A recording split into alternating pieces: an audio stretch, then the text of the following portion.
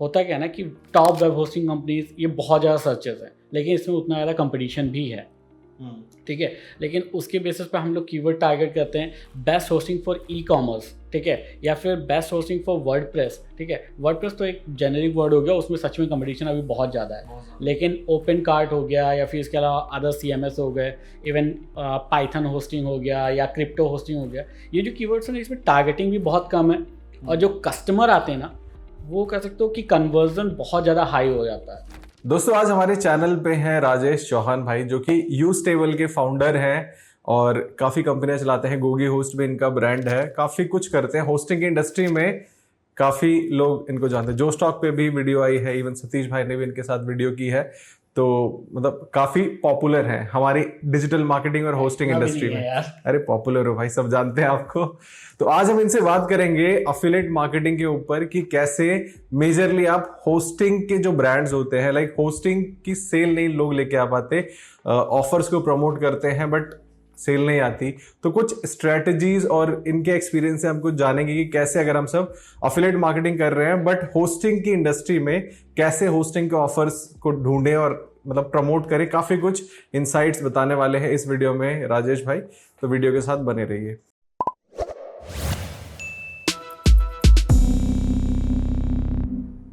Hello friends, मेरा नाम अमित मिश्रा है, हमारे साथ है राजेश भाई और आज हम इनसे जानेंगे काफी चीजें जैसे मैं आपको बता चुका हूं।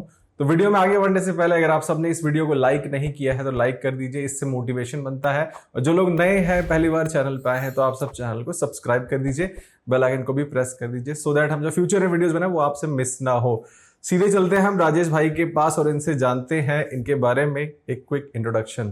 तो राजेश भाई, आपका स्वागत है हमारे चैनल पे। थैंक यू भाई। और मैं चाहता हूं कि आप अपने बारे में एक क्विक इंट्रोडक्शन दीजिए हमारी ऑडियंस को कि आप कौन हैं, कहां से हैं और क्या करते हैं।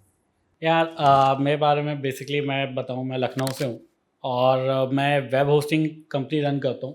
बेसिकली मैं फ्री होस्टिंग और पेड दोनों में हूं, और जो फ्री होस्टिंग है वो गूगी होस्ट नाम से है और जो पेड है वो यूस्टेबल नाम से हम लोग रन कर रहे हैं, ठीक है। तो इस इंडस्ट्री में अप्रॉक्स 10 से 12 साल हो गए हम लोग को इस इंडस्ट्री में हैं, और इसके अलावा और भी चीज़ें करते हैं, ठीक है। बट मेजर जो हम लोग का सर्विस है या प्रोडक्ट है वो वेब होस्टिंग ही है, ठीक है। तो हम लोग का कोर जो सर्विस है वो वेब होस्टिंग में ही काम कर रहे हैं पिछले 12 सालों से। बिल्कुल, काफी अच्छा काम कर रहे हैं। मैं भाई के ऑफिस भी गया था, वहां बैठ के टेकन भी खेला, टेकन 9 हम सब खेले।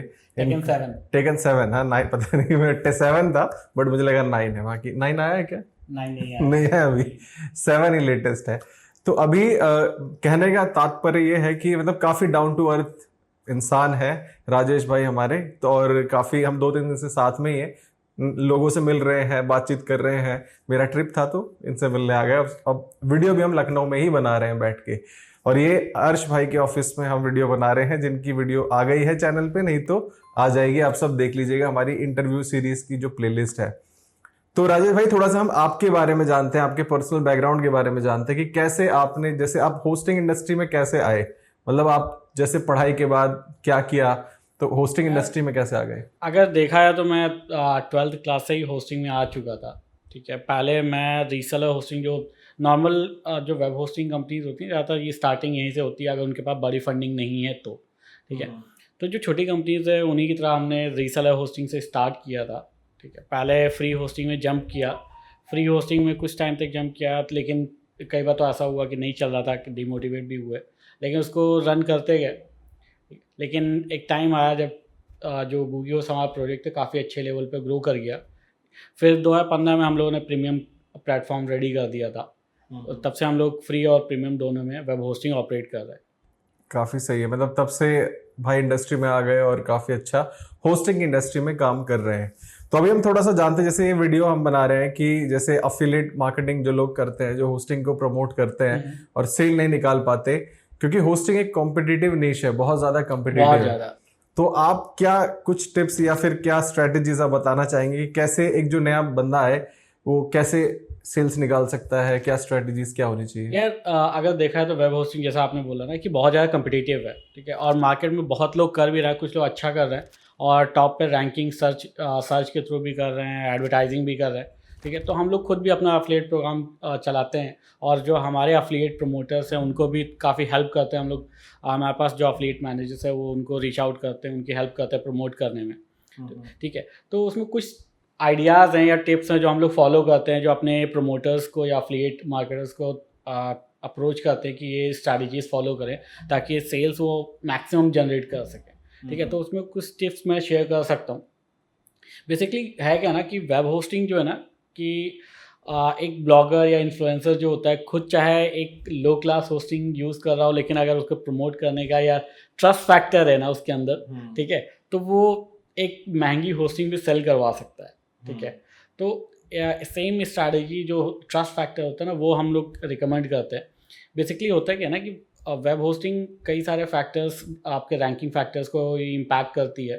ठीक है। इसके अलावा रेवेन्यू को भी कई बार इम्पैक्ट कर देती है। अगर आपकी वेबसाइट स्लो है या फिर इस टाइप का इश्यूज़ आ रहे हैं आपकी वेबसाइट में, डाउन टाइम्स आ रहे हैं, ठीक है, तो उसमें प्रॉब्लम ये होती है कि आपका रेवेन्यू भी डाउन होता है, रैंकिंग भी डाउन होती है, और अदर भी डिमोटिवेशंस आते हैं। ठीक है। तो ये जो फेयर फैक्टर्स हैं ना यूज़र्स के, वेबसाइट ओनर्स के, अगर आप इन पे थोड़ा सा ट्रस्ट गेन कर सकते हो, इन फैक्टर्स पे अगर आप काम कर सकते हो ना, तो आपके कन्वर्जन्स जो होते हैं वो ईजी हो जाते हैं। फॉर एग्जांपल कई सारे कस्टमर्स हैं, वो उन्हें डाउन टाइम बहुत ज़्यादा फेयर क्रिएट करता है कि अगर वेबसाइट डाउन हो गई तो हमारा रेवेन्यू डाउन हो जाएगा या मार्केट में हमारे ऑर्डर्स पॉज हो जाएंगे। ठीक है। तो हम उन फेयर्स को ध्यान में रखते हुए उस टाइप की होस्टिंग को टेस्ट करते हैं और उन्हें रिकमेंड करते हैं। फॉर एग्जाम्पल कोई ई कॉमर्स ओनर है, ठीक है, उसे एक अच्छी होस्टिंग चाहिए। ठीक है। तो हम उसे एक सस्ती होस्टिंग रिकमेंड करते हैं, तो बहुत कम चांसेस है कि वहाँ पे कन्वर्ट होगा। उसके लिए बजट नो डाउट मैटर करता है, बट इतना ज़्यादा मैटर नहीं कर सकता क्योंकि ई कॉम में उसने ऑलरेडी इन्वेस्ट किया हुआ है। ठीक है। तो वो होस्टिंग में थोड़ा सा इन्वेस्ट कर सकता है और वहाँ पे आप अच्छा कमीशन भी कमा सकते हो। लेकिन आप एक शेयर्ड होस्टिंग रिकमेंड करोगे ना, तो मे भी हो सकता है आपका रेवेन्यू जो होगा, प्रॉफिट शेयर होगा, वो भी कम होगा, और उसके लिए जो सर्विस है ना वो भी अच्छी नहीं रहेगी उतनी ज़्यादा। ठीक है। तो हम लोग क्या करते हैं ना कि एक स्पेसिफिक निच टारगेट करते हैं। अगर आपको कन्वर्जन बढ़ाने हैं ना, सपोज ई कॉमर्स सर्चेस, देखिए होता क्या है ना कि टॉप वेब होस्टिंग कंपनीज ये बहुत ज़्यादा सर्चेस हैं, लेकिन इसमें उतना ज़्यादा कंपटीशन भी है। ठीक है। लेकिन उसके बेसिस पे हम लोग कीवर्ड टारगेट करते हैं, best hosting for e commerce, ठीक है, या फिर बेस्ट होस्टिंग फॉर वर्डप्रेस। ठीक है। वर्डप्रेस तो एक जेनेरिक वर्ड हो गया, उसमें सच में कंपटीशन अभी बहुत ज़्यादा है, लेकिन ओपन कार्ट हो गया या फिर इसके अलावा अदर CMS हो गए, इवन पाइथन होस्टिंग हो गया या क्रिप्टो होस्टिंग हो गया, ये जो कीवर्ड्स हैं इसमें टारगेटिंग भी बहुत कम है, और जो कस्टमर आते हैं ना वो कह सकते हो कि कन्वर्जन बहुत ज़्यादा हाई हो जाता है, क्योंकि उनको होस्टिंग सच में चाहिए होता है, उन्हें जेन्युइन रिव्यू चाहिए होता है, और कह सकते हो कि उनका इंटेंशन भी बाई करने का ही होता है। ठीक है। तो इस बेसिस पर हम लोग अपने जो प्रमोटर्स हैं उनको काफ़ी ज़्यादा कह सकते हो कीवर्ड रिसर्च करके देते हैं कि इस टाइप के कीवर्ड्स पे आप हमारे एफिलिएट प्रोग्राम को प्रमोट कर सकते हो और उस पर आप काफ़ी अच्छा कन्वर्जन निकाल सकते हो। फॉर एग्जांपल मैं अगर लेता हूँ, एक होता है ना कि हम इंडिया में जो कीवर्ड ठीक ठाक चल रहा है वो है best web hosting for students. अच्छा, ये भी कीवर्ड है? ये कीवर्ड है। अब तो कंपटीशन बढ़ जाएगा। हाँ। तो ये स्टूडेंट्स क्या करते हैं ना, मतलब एक ये रेट पे खेल, इनको जो अफोर्डेबिलिटी है ना उसको ध्यान में रख के इस यहाँ पे रिव्यू लिखने चाहिए, या फिर आर्टिकल या प्रमोट जैसे वीडियो माध्यम से करना चाहते हैं या आर्टिकल के थ्रू या जैसे भी आप प्रमोट करना चाहते हो ना, वो उसी हिसाब से आप जो प्राइस फैक्टर है ना उसको ध्यान में रख के आप होस्टिंग कंपनी सेलेक्ट करो। ठीक है। और वहाँ पे ज़्यादातर शेयर्ड होस्टिंग अगर आप प्रमोट करते हो तो आपके कन्वर्जन चांसेस बढ़ जाते हैं। लेकिन जैसे आपका एक होती है ना ICO होस्टिंग या क्रिप्टो होस्टिंग जो होती है, जहाँ पे लोग एक पूरा बिटकॉइन या फिर उनका कॉइन होता है ना वो होस्ट करते हैं। ठीक है। तो वहाँ पे एक हाई एंड कस्टमर या फिर कह सकते हो कि जिनकी डिमांड GPU की भी होती है और कह सकते हो हाई एंड सर्वर चाहिए होता है, वो भी कन्वर्ट होते हैं, उसमें कमीशन ज़्यादा होता है। ठीक है। तो उस बेसिस पे दो स्पेसिफिक कीवर्ड हो गए आपके, उस स्पेसिफिक कीवर्ड से रिलेटेड अगर आप होस्टिंग कंपनीज प्रमोट करते हो ना, ठीक है, तो वहाँ पे आपके कन्वर्जन भी बढ़ जाते हैं और जो कस्टमर होता है ना वो लंबे टाइम तक उस होस्टिंग कंपनी के साथ रुकता है और उसका एक्सपीरियंस भी अच्छा होता है, आपकी ट्रस्ट वैल्यू भी बढ़ जाती है। तो अभी जो आप जैसे कीवर्ड्स हमें बता रहे हैं, तो ये हम सब ब्लॉग के लिए यूज़ करें कि यूट्यूब वीडियोस के लिए भी यूज़ कर सकते हैं, या फिर क्या हमको अगर इस पे एड रन करनी है क्या किसके लिए? एड्स पे नो डाउट इसमें CPC थोड़ा कम है अगर जेनरिक कीवर्ड देखा है उनसे, लेकिन इसमें कन्वर्जन फिर आपके लैंडिंग पेज पे डिपेंड करेगा। अगर आपका जो लैंडर है अगर वो अच्छा है, अगर उसमें आप वैल्यू प्रोवाइड कर पा रहे हो, सपोज मैं स्टूडेंट होस्टिंग की बात करूँ, ठीक है, तो स्टूडेंट होस्टिंग उनका क्या है, एक मेन फैक्टर होता है प्राइस को लेके। आपको दिखाना है कि प्राइस तो एक फैक्टर है, लेकिन उनको ऐसा नहीं है कि ना उनकी वेबसाइट डाउन रहा है तो उनका ऑब्वियस सी बात है केवल प्राइस ही मैटर नहीं करता है। तो आपको वहाँ पे जो आपका लैंडर होगा ना, एक पहली चीज़ में तो उसको प्राइस जो है वो रिड्यूस करके दिखानी होगी, और सेकंड फैक्टर होगा उनका जो होस्टिंग कंपनी आप प्रमोट कर रहे हो उनका कह सकते हो कि अप टाइम रिपोर्ट। इसके अलावा जो लेटेंसी रिपोर्ट होती है जिसको हम स्पीड भी कंसिडर करते हैं एक तरह से, ये 2-3 फैक्टर्स है। अगर आप टेस्ट करके वहाँ की जेन्युइन रिपोर्ट अगर आप पब्लिश करते हो, ठीक है, तो वहाँ पे कन्वर्जन चांसेस बढ़ जाते हैं। ठीक है, और आप ट्राई करो कि कोई वेब होस्टिंग या फिर एफिलिएट प्रोग्राम अगर आप प्रमोट कर रहे हो तो आप पिच करो इंडिया में। अगर आप कुछ कंपनीज हैं, मैं अगर नाम लूँ जो इंडोनेशिया में बहुत पॉपुलर है लेकिन इंडिया में उतनी पॉपुलर नहीं है, बट होस्टिंग कंपनीज वो अच्छी हैं। अगर सर्विस के उस पर फैक्टर पे देखा है वो काफ़ी अच्छी कंपनीज है, लेकिन अगर आप उनको इंडिया में अगर प्रमोट कर रहे हो तो सबसे पहली बात पेमेंट का इशू आएगा। कस्टमर वहाँ पे जाएंगे बट पेमेंट नहीं कर पाएंगे, तो आपका ट्रैफिक तो आ रहा है, वो कंपनी भी अच्छी है, आपकी टारगेटिंग भी अच्छी है, बट पेमेंट नहीं हो पा रहा तो कन्वर्जन आपका नहीं होगा। तो एक होस्टिंग कंपनी चूज़ करने या फिर प्रमोट करने से पहले आपकी कई सारी चीज़ों को भी ध्यान रखना पड़ा है। बिल्कुल। ठीक है, चाहे आपका पेमेंट ऑप्शन हो गया, इसके बाद उसके जो डेटा सेंटर्स हैं वो उस पर्टिकुलर कंट्री में है या नहीं है, और जो प्राइस फैक्टर है वो कितना है, अप टाइम कितना है, या जो ऑनलाइन रिव्यूज़ हैं या फिर उस कंपनी की खुद की अथॉरिटी है वो कितनी अच्छी है। अगर आप किसी भी कंपनी में प्रमोट कर रहे हो, XYZ कोई भी कंपनी आपने ले ली, ठीक है, सपोज आप उसको प्रमोट करो, आपने उसकी बहुत बढ़ाई करके पूरा एक कह सकते हो एकदम बखान किया हुआ है अपने आर्टिकल या लैंडिंग पेज में, ठीक है, लेकिन उस कस्टमर ने एक सेकंड डिसीजन या ओपिनियन लेने के लिए अगर गूगल पर सर्च किया XYZ कंपनी रिव्यू, ठीक है, और पता चला ट्रस्ट पायलट पे गया, उसकी रेटिंग है 1.8, ठीक है, या फिर दूसरी कंपनीज पे दूसरे फैक्टर प्लेटफॉर्म पे गया, वहाँ पे 2 स्टार या फिर ऐसे रेटिंग दिखी, कई सारी कंप्लेन दिखी, तो तुरंत समझ जाएगा कि आपका रिव्यू जो है वो बायस्ड है, या फिर आपका अफिलिएट जो आप प्रमोट कर रहे हो केवल पैसे के लिए प्रमोट कर रहे हो। तो ये सारे फैक्टर्स हैं जो आपको ध्यान में रखते हुए एक अच्छी कंपनी को सेलेक्ट करना चाहिए, और कई सारे अदर फैक्टर्स हैं जिनको आप इम्प्रूव करके जो कन्वर्जन है वो बढ़ा सकते हो। बिल्कुल। तो अभी काफ़ी अच्छी इंसाइटफुल नॉलेज हमको मिली यहाँ पे, मतलब सुनने को कि कैसे कौन से प्रोडक्ट कौन सी कंपनी को आपको चूज़ करनी चाहिए और कैसे क्या मेथड होगा, मतलब क्या आपको ध्यान में रख के प्रमोट करना है। तो अभी जैसे हम बात कर रहे थे होस्टिंग की कि एक अच्छी होस्टिंग कंपनी, अगर जैसे हमको कोई कंपनी प्रमोट भी करनी है तो उसके अंदर हम क्या देखें कि वो कंपनी अच्छी है। मतलब जैसे अभी हम वीडियो से पहले ही बात कर रहे थे कि कोई एक परफेक्ट होस्टिंग कंपनी ढूंढने के लिए हमको क्या क्या मतलब चीज़ों का ध्यान में रखना पड़ता है। यार अगर जैसे आपने एक वर्ड यूज़ किया ना, परफेक्ट होस्टिंग कंपनी, ठीक है, तो अगर देखा है तो ऐसा वर्ड यूज़ करना इलॉजिकल है, क्योंकि होस्टिंग कंपनीज क्या होता है, मैक्सिमम 99% कंपनीज क्या होती है लगभग सेम इंफ्रास्ट्रक्चर यूज़ करती है, बहुत ज़्यादा डिफरेंस नहीं होता है। जो क्लाउड में भी होती हैं तो थोड़े बहुत ही चेंजेस होते हैं। डेटा सेंटर कई सारी कंपनीज ऐसी हैं जो प्राइस फैक्टर उनका बहुत ज़्यादा है, but same data centre, same facility, और इसके अलावा जो है सेम जो कह सकते हो आप बैंडविड्थ और अप टाइम सब कुछ सेम है, बट जो प्राइस फैक्टर है वो ब्रांड के तौर पे अलग है।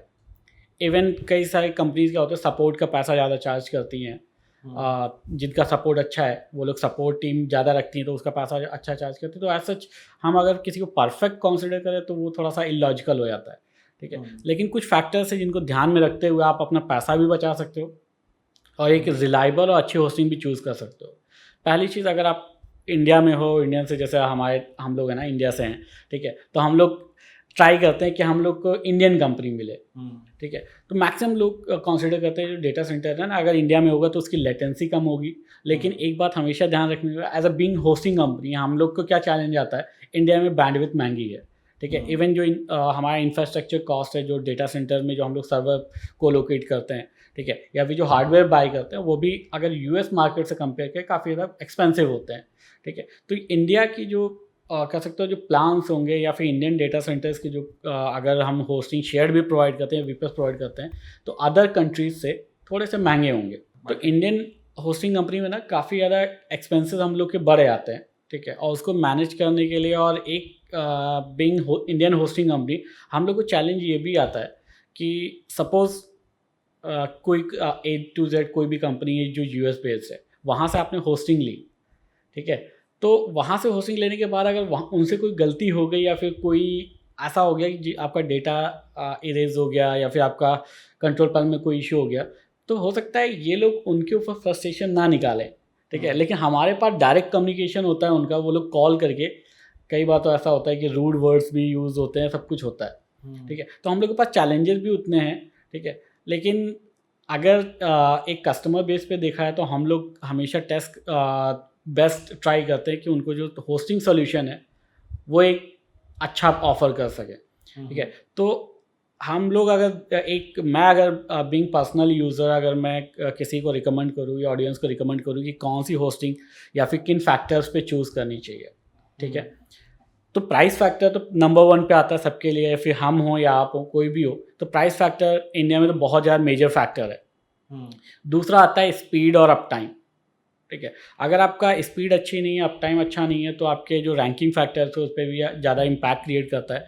अगर आप बिजनेस कर रहे हैं जो रियल टाइम जैसे ई कॉमर्स प्लेटफॉर्म है या ऐप है, अगर उन पर आपका डाउन टाइम आता है या फिर स्लो स्पीड होती है तो यूज़र एक्सपीरियंस भी ख़राब होता है, ठीक है, तो इन सब, ये दूसरा फैक्टर है आपका। इसके बाद आता है आपका सपोर्ट, ठीक है, थर्ड नंबर पे आपका सपोर्ट है। सपोज आपको टेक्निकल इशू है, कई बार ऐसा होता है कि ना आपकी गलती होती ना हमारी साइड से गलती होती है, वो बाय डिफ़ॉल्ट टेक्नोलॉजी कहीं ना कहीं ग्लिच हो ही जाता है, ठीक, उस बेसिस पे क्या होता है कि सपोर्ट आपको किस लेवल पे मिल रहा है।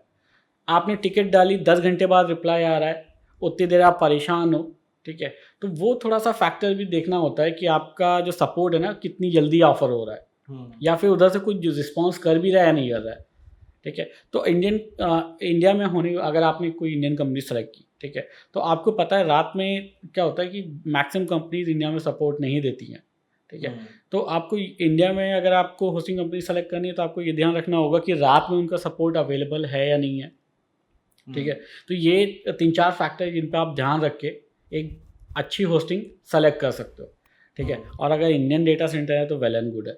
बिल्कुल। तो अभी जैसे आप सबको जो होस्टिंग कंपनी सेलेक्ट कर रही है वो आपको देखना पड़ेगा, मतलब आपने कभी उसको टेस्ट किया रहेगा, तभी आप बता सकते हो कि ये अच्छी है कि नहीं है। बिना देखे दूसरे के रिव्यू पढ़ के अगर आप प्रमोट करोगे तो आपको ही प्रॉब्लम आएगी और कन्वर्जन नहीं आएगी, क्योंकि आप उसका जब होता है ना कि जो रिव्यू लिखता है ना वो आपकी तरह, जैसे हमने क्या डिस्कस किया, एफिलिएट मार्केटिंग प्रमोट कैसे करते हैं, तो जो रिव्यू लिखे गए हैं कहीं ना कहीं इसी तरीके से रिव्यू लिखे गए हैं, तो आप एक केवल रिव्यू पढ़ के आप जज नहीं कर सकते एक होस्टिंग कंपनी बहुत ज़्यादा बेकार है या कैसी है, ठीक है, कहीं ना कहीं ऐसा नहीं है कि सारे रिव्यूज़ बायस्ड होते हैं, बट कह सकते हो अगर एफिलिएट कोई कर रहा है तो वो डाउन साइड्स को काफ़ी कम हाईलाइट करता है और पॉजिटिव को ज़्यादा प्रमोट करता है।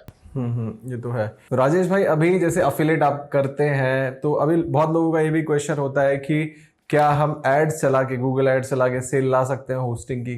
यार अगर पर्सनली मैं बताऊं तो यस, हम सेल ला सकते हैं, ठीक है, तो इसके लिए क्या होता है, गूगल एड्स जो हम चलाते हैं तो उसके लिए क्या होता है, कुछ कंपनीज होती हैं, सेलेक्टेड कंपनीज ही आपको अप्रूवल देती हैं, अदरवाइज कई सारी कंडीशंस होती हैं उनकी पीपीसी के लिए। तो मैं अगर आप स्टार्ट कर रहे हो ना होस्टिंग इंडस्ट्री में, फिर किसी एफिलिएट को आप पीपीसी के थ्रू प्रमोट कर रहे हो, तो मैं तो ये बोलूँगा कि आप ब्रांड से पहले परमिशन ले लो कि वो उनकी कंडीशंस क्या है पीपीसी के लिए, और उसी पीपीसी के अकॉर्डिंग अगर आप उनकी जो गाइडलाइंस है उसके अकॉर्डिंग आप रन कराओ कैंपेन तो ज़्यादा बेटर है। अदरवाइज़ होता क्या है, आपने सपोज कैंपेन रन कराई, 10,000 रुपये इन्वेस्ट किया, आपके पास सेल आ गई, आप खुश हो, लेकिन जब वैलिडेशन का टाइम आता है तो वो डिटेक्ट कर लेते हो और सारी आपकी जो सेल्स होती है वो कैंसिल हो जाती हैं। वो काफ़ी ज़्यादा डीमोटिवेटिव होता है और वो मेरे साथ भी हो चुका है कई बार, इसलिए मैं पर्सनल एक्सपीरियंस शेयर कर रहा हूँ, ठीक है, तो वो चीज़ ध्यान में रखनी होती है। और इसके अलावा अगर आप चाहो तो जैसे आपने सपोज में XYZ कोई भी कंपनी ले लिया, आपने रिव्यूज़ पे सपोज एक कीवर्ड टारगेट किया XYZ रिव्यूज़, ठीक है, वहाँ पे आप पीपीसी चला रहे हो, ठीक है, लेकिन वहाँ पे ऐसा होता है ना, लोगों को लगता है कि यार हम रिव्यूज़ को प्रमोट कर रहे हैं, उस कंपनी का ब्रांड कीवर्ड नहीं यूज़ कर रहे हैं, लेकिन ये अलाउड नहीं है, क्योंकि उस XYZ जो आपने लिया वो उनका ब्रांड नेम है, तो रिव्यूज़ भी अलाउड नहीं होते हैं। बट अगर आप ब्रांड को कॉन्टैक्ट करते हो तो इस टाइप की कीवर्ड्स जो होते हैं वो पर्टिकुलर आपके लिए अलाउ कर देते हैं, ठीक है, तो ऐसा नहीं है कि उन्होंने जो पॉलिसीज़ लिख रखी हैं तो वो एकदम पत्थर की लकीर है। अगर आप उनको कोऑर्डिनेट कर सकते हो, अगर आप उनको एक कमिटमेंट दे सकते हो कि इतनी नंबर ऑफ़ सेल्स आप जनरेट कर सकते हो, वो भी क्वालिटी वाली, ठीक है, तो वो आपकी इस टाइप के अप्रूवल्स भी, एक्सेप्शंस भी दे देते हैं। तो यस हाँ, अगर आपका जो क्वेश्चन था कि पीपीसी से अगर सेल जनरेट कर सकते हैं तो यस कर सकते हैं। लोग करते भी हैं बहुत सारे, हमारे रूम में बैठे बहुत सारे लोग जो करते हैं, है ना। तो ये सब सेल्स वेल्स निकाल लेते हैं पीपीसी से, गूगल एडवर्ड्स पे ऐड चला के, और काफ़ी कुछ लोग करते हैं। कुछ लोग ये करते हैं जैसे अपने ब्रांड बिल्डिंग करते हैं, तो ब्रांड बिल्डिंग अलाउड तो मेरे ख्याल से नहीं होती है। मैं बोला कि ब्रांड बिल्डिंग अलाउड नहीं है तब नहीं, तक जब जैसे- तक आप पकड़े ना जाओ। हाँ नहीं, वो तो ठीक है। जैसे सपोज अभी यू स्टेबल अपनी कंपनी, राइट। अब मैंने सोचा कि कोई बंदा सर्च कर रहा है, या फिर सपोज किसी ने XYZ होस्टिंग कंपनी सर्च की और उसमें हमने यू स्टेबल का ऐड चला दिया, मतलब हमने इसको एक्चुअली अगर देखा है तो इसको क्रॉस बिडिंग बोलते हैं। क्रॉस बिडिंग ठीक ये है, कर सकते हैं क्या? क्रॉस बिडिंग एक्चुअली वर्क नहीं करता, हम लोगों ने ट्राई किया है बट क्रॉस बिडिंग काम नहीं करता। रीज़न क्या होता है ना कि जब कोई XYZ कंपनी सर्च मारा तो उसका इंटेंशन है कि उसी कंपनी के साथ जाएगा, ठीक है। और अगर आप यू स्टेबल प्रमोट कर रहे हो तो उसके कम चांसेस है कि वो दूसरी कंपनी स्विच करके दूसरी कंपनी से बाय करेगा। तो क्रॉस बिडिंग ट्रैफिक के लिए सही है बट एक तरह से बाय करने के लिए वो नहीं सही है। तो मतलब क्रॉस बिडिंग सही नहीं है। ये भी सही नहीं है, मतलब सेल्स नहीं आई अगर आप हाँ। पुश करोगे। तो अभी हम 3 जो हमने मेथड अभी आपसे पूछे कि लाइक जैसे ब्लॉग है, यूट्यूब है और एड्स है, तो तीनों में से हमको किस पे काम ज्यादा करना चाहिए आपके एक्सपीरियंस से, जिस पे ज्यादा सेल्स आए, या देखो, फिर तीनों ही करना चाहिए? अगर आपके पास बजट है, ठीक है, और अगर आप रिस्क लेना जानते हो, ठीक है, पैसे से आपको उतना ज़्यादा प्यार नहीं है कि पैसा चला भी गया तो उतना फ़र्क नहीं पड़ता, ठीक है, तो आप नो डाउट एड्स पे जा सकते हो, प्रॉफिटेबल है, ठीक है, लेकिन उतना ही ज़्यादा रिस्क है। लेकिन अगर आप बात करो सेफ, तो ब्लॉग और यूट्यूब बेस्ट ऑप्शन है। लेकिन ये इतनी कम्पिटिटिव इंडस्ट्री है, लोगों के ब्लॉग रैंक ही नहीं करते, उसके लिए क्या टिप्स? मैंने बताया ना कि अगर आप ऑडियंस का इंटेंशन समझ पा रहे हो, और जो इतना आप मैक्सिमम लोग क्या करते हैं, ब्रॉड कीवर्ड्स पे जंप करते हैं।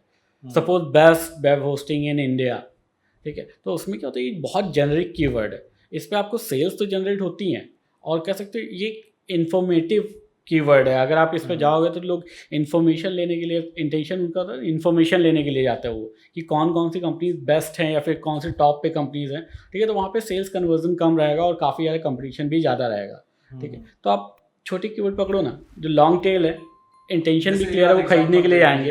एक आध एग्जांपल दे दीजिए।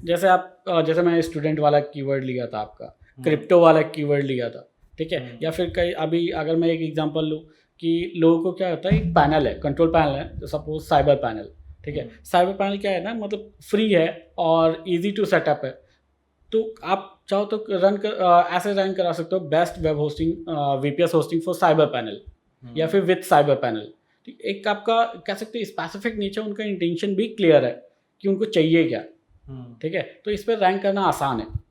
तो इस टाइप के कीवर्ड्स पे रैंक करके और इससे जो कन्वर्जन से इम्प्रूव किया जा सकता है। यानी काफ़ी अच्छी नॉलेज आपने दी, काफ़ी इंसाइट्स बताए, और आई होप लोग इस पे काम करेंगे और उनको रिजल्ट्स भी आएंगे और अफिलिएट से अच्छा पैसा कमाएंगे, वो चाहे वो होस्टिंग का हो या फिर कोई और हो। हर इंडस्ट्री में आप ऐसी ही चीज़ें, ऐसे ही जो ब्लूप्रिंट बताया राजेश भाई ने, उसको अप्लाई कर सकते हो। तो राजेश भाई, काफ़ी इंसाइटफुल नॉलेज थी। एक लास्ट मैसेज क्या आप देना चाहोगे हमारी ऑडियंस को, जो लोग अफिलिएट कर रहे हैं? यार, अफिलिएट कर रहे हो तो ऑब्वियस ही बात है, अफिलिएट जो है ना बहुत ज़्यादा प्रॉफिटेबल बिजनेस है, लेकिन इतना ही एफर्ट भी मांगती है। अगर आप चीज़ें टेस्ट नहीं करते हो या फिर उसमें एक्सप्लोर नहीं करते हो तो इसमें सक्सेस होने के चांसेस कम होते जाते हैं। तो आप चीज़ें रिस्क लो, ट्राई करो, नई नई चीज़ें फाइंड करो, और जो सब लोग करें ना उसमें केवल जंप मत करो, ठीक है। नए आइडियाज़ एक्सप्लोर करो, जैसे मैं कीवर्ड्स स्ट्रैटेजीज बताई, या फिर इसके अलावा जो एड्स की भी स्ट्रैटेजीज़ है, वीडियोस की भी स्ट्रैटेजीज़ है, उन पे फोकस करो, तो कन्वर्जन्स आपके इम्प्रूव हो जाएंगे। नो डाउट ट्रैफिक कम रहेगा, लेकिन उतने जो सपोज 1000 व्यूज़ आए ना, उसमें कर सकते हो 10-20 सेल आप निकाल सकते हो, लेकिन आपका 1 मिलियन व्यूज़ आया 50 सेल निकाल लो, तो वो लॉजिक नहीं है ना। तो इस पे अगर अफिलिएट पे हम लोग काम करते हैं ना, वो ज़्यादा एफर्ट है, वो ज़्यादा बेनिफिशियल है। बिल्कुल बिल्कुल। आई होप इस वीडियो से बहुत कुछ सीखने को मिला होगा, आप सबको बहुत कुछ जानने को मिला होगा। तो दोस्तों, वीडियो अच्छी लगी है तो वीडियो को लाइक करिए, डेफिनेटली लगी होगी। और कुछ आपके जो सवाल हैं, आप कुछ पूछना चाहते हैं तो नीचे कमेंट सेक्शन में लिख सकते हैं। वीडियो कैसी लगी कुछ भी लिखना चाहे बिंदास लिख दीजिए। और जो लोग चैनल पे पहली बार आए हैं, आप सब चैनल को सब्सक्राइब कर लीजिए। इसी तरीके की वीडियोस हम बनाते हैं और बेल आइकन को भी प्रेस कर दीजिए, सो दैट हम जो फ्यूचर में वीडियोस बनाए वो आपसे मिस ना हो। और एक बेस्ट चीज मैं ये बोलना चाहता हूँ कि हमारी इंटरव्यू सीरीज में और सारी वीडियोस हैं जिनसे कि आप बहुत कुछ सीख सकते हो। हर वीडियो के अंदर बहुत सारी इंसाइटफुल नॉलेज है जो आई होप लोग बाहर नहीं बताते होंगे, आपको नहीं मिलेगी, तो जाके आप उसको भी चेकआउट कर सकते हैं। बाकी राजेश भाई का भी इंस्टाग्राम अकाउंट है, इनकी कंपनी है यूस्टेबल। आप सब अगर होस्टिंग ट्राई करना चाहते हैं तो डेफिनेटली यू कैन ट्राई यूस्टेबल और रिव्यू, अपने जेन्युइन रिव्यूज इनके साथ शेयर कर सकते हैं। मेरे बायस नहीं है बायस नहीं है, इनके जेन्युइन रिव्यूज शेयर करिए। और बाकी भाई की वीडियो देखने तो जोश टॉक पे भी भाई की वीडियो है, इनकी स्टोरी काफी इन्होंने अपने बारे में बताया वहां पे, तो उसको भी जाके आप चेकआउट कर सकते हो। बाकी डिस्क्रिप्शन में सभी लिंक्स रहेंगे, जाके चेकआउट कर लीजिए। चलिए दोस्तों, मिलते हैं नेक्स्ट वीडियो में, तब तक आप यूं ही हंसते रहिए, मुस्कुराते रहिए, दिल्ली रहिए, गाजियाबाद रहिए, आबाद रहिए, जिंदाबाद रहिए। Take care, good bye.